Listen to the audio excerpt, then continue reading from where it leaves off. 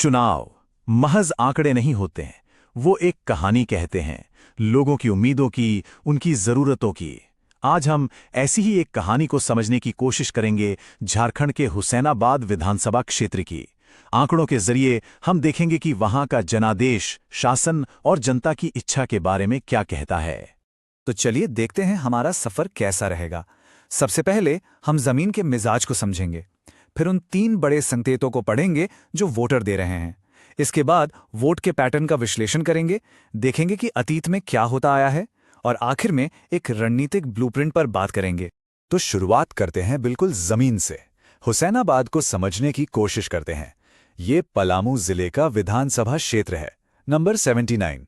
ये एक ऐसी जगह है जहां लोगों की जिंदगी, उनकी रोजी रोटी, सब कुछ मौसम के रहमो करम पर है। जब आप यहाँ की सूखी जमीन को देखते हैं तो आप समझते हैं कि यहाँ की राजनीति भी पानी और उम्मीद की धुरी पर ही घूमती है। सारे मुद्दे यहीं से तो निकलते हैं। और वो मुद्दे हैं क्या? देखिए, ये कोई बड़ी बड़ी राजनीतिक बहस नहीं है, ये तो जीने मरने का सवाल है।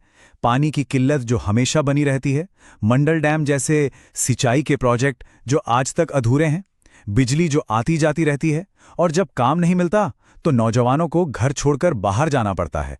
स्कूल अस्पताल की हालत भी किसी से छिपी नहीं है।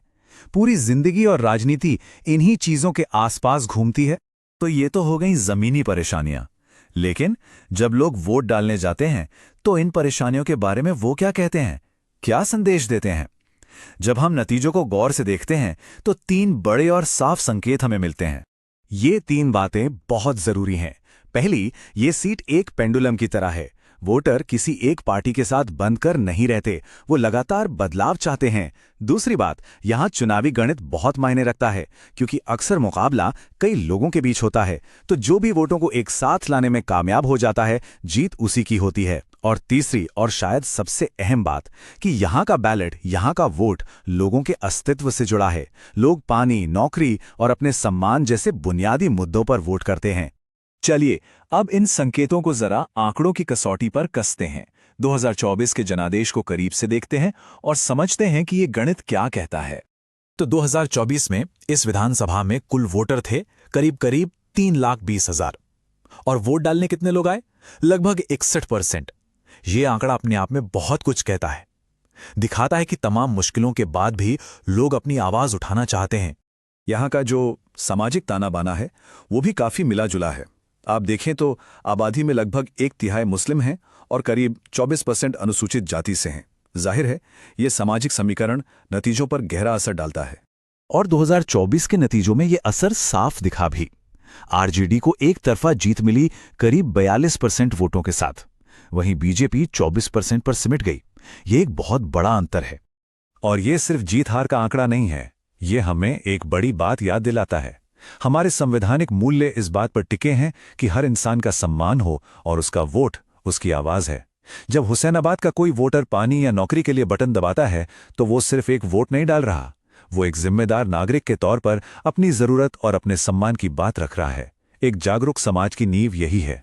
लेकिन सवाल यह है कि क्या हुसैनाबाद में हमेशा से ऐसा ही होता आया है? क्या नतीजे हमेशा इतने साफ रहे हैं? बिल्कुल नहीं। अगर हम थोड़ा पीछे जाकर देखें तो कहानी बिल्कुल अलग नजर आती है। इस टाइमलाइन पर एक नजर डालिए। 2005 में एनसीपी, 2009 में आरजेडी, 2014 में बीएसपी, फिर 2019 में वापस एनसीपी और अब 2024 में आरजेडी। ये क्या बताता है? ये बताता है कि यहाँ के वोटर हर बार बदलाव चाहते हैं। वो किसी को भी हल्के में नहीं लेते हैं। सत्ता विरोधी लहर यहाँ एक मजबूत ट्रेंड है। और जीत का अंतर देखिए, कई सालों तक तो जीत हार का फैसला बहुत मामूली वोटों से होता रहा। 2005 में सोचिए सिर्फ 35 वोटों से जीत मिली थी, और 2019 में भी जीतने वाले उम्मीदवार को सिर्फ 25% वोट मिले थे। इससे साफ पता चलता है कि वोट किस कदर बटा हुआ था, फ्रैगमेंटेड था। तो 2024 में आखिर बदला क्या? सबसे बड़ा बदलाव था वोटों का कंसोलिडेशन, बिखराव की जगह एकीकरण। 2019 को देखिए, विपक्ष बटा हुआ था, इसलिए महज 25% वोट लेकर भी जीत मिल गई। लेकिन 2024 में बीजेपी के खिलाफ वाला वोट एकजुट हो गया और नतीजा, जीतने वाले को मिले 42% वोट। इस एकीकरण ने सालों पुराना पैटर्न तोड़ दिया। तो अब तक हमने जमीन को समझा, आंकड़ों को देखा और पैटर्न को पहचाना। अब सवाल ये उठता है कि अगर कोई नेता या पार्टी वाकई इस क्षेत्र की सेवा करना चाहती है तो उसे क्या करना होगा, रास्ता क्या है? इसके लिए एक बहुत ही साफ, एक स्ट्रेटेजिक ब्लूप्रिंट की जरूरत है। इस रास्ते को समझने के लिए एक बहुत ही कारगर फ्रेमवर्क है जिसे हम चतुर्मुख सिद्धांत कह सकते हैं। इसमें 4 चेहरे हैं, 4 पहलू हैं जिन पर ध्यान देना ही होगा। पहला, प्रमुख यानी खुद लीडर। दूसरा, प्रक्रिया यानी लोगों के असली मुद्दे। तीसरा, प्रतिरोध यानी विपक्ष। और चौथा, संस्कृति यानी वहां का सामाजिक ताना बाना। मतलब साफ है, लीडर को जमीनी होना होगा, लोगों के बीच का होना होगा। मुद्दों की बात करें तो पानी और नौकरी जैसे कोर मुद्दों को हल करने पर ध्यान देना होगा। विपक्ष क्या कह रहा है, उसकी क्या कहानी है, उसे समझना और उसका जवाब देना होगा। और सबसे जरूरी, यहां की जो मिली-जुली संस्कृति है उसे साथ लेकर चलना होगा, उसे सम्मान देना होगा। ये सिर्फ बातें नहीं हो सकती, इस स्ट्रैटेजी को जमीन पर उतारना होगा, ठोस एक्शन लेना होगा। जैसे कि खेती की समस्या के लिए सिंचाई की एक टाइम बाउंड योजना बनानी होगी, बिजली और लोकल नौकरियों का पक्का वादा करना होगा, और हुसैनाबाद को जिले का दर्जा देने की जो पुरानी मांग है उसे पूरा करने के लिए एक विश्वसनीय रोड मैप सामने रखना होगा। और आज के दौर में जब हम लोगों तक पहुंचने के लिए नए नए तरीकों का इस्तेमाल करते हैं तो एक बात का खास ख्याल रखना होगा, वो है लोगों का सम्मान। गवर्नेंस पारदर्शी हो लेकिन साथ ही हर नागरिक की निजता और उसकी सहमति का पूरा सम्मान किया जाए। ये बहुत जरूरी है। सच्ची सेवा भरोसे और सम्मान की नींव पर ही टिकती है। तो ये सब समझने के बाद हम वापस अपने मूल सवाल पर आते हैं। हुसैनाबाद का ये जो चुनावी पेंडुलम है, जो लगातार एक तरफ से दूसरी तरफ झूलता रहता है, वो हमें आखिर सिखाता क्या है? इसका सबसे बड़ा सबक क्या है? सबक बहुत साफ है। यहाँ के लोग कंफ्यूज नहीं हैं, उनका संदेश बिल्कुल सीधा है। वो एक ऐसी व्यवस्था चाहते हैं जो उन्हें एक सम्मानजनक जीवन देने के बुनियादी वादे को पूरा करे। वो उसी को अपनाएंगे जो उनकी सुनेगा और उनकी सेवा करेगा।